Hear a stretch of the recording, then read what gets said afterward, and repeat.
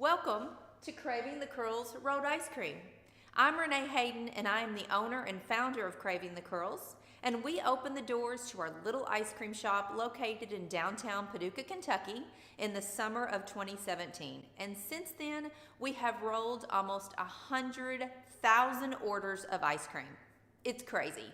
We have loyal fans and fantastic customers who have urged us to open more stores. So we franchised our brand and we're in the process of opening stores nationwide. On our YouTube channel, we're going to let you go behind the line at Craving the Curls and see what's going on. We're going to show you the development of all of our new stores as they're progressing on.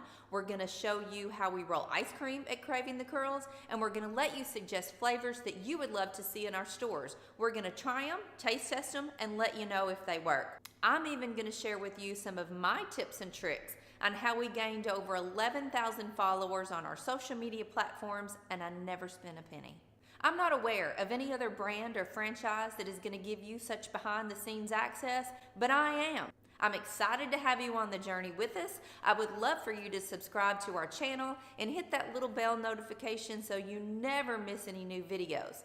I'm a busy lady, I have a lot to do, so let's get rolling.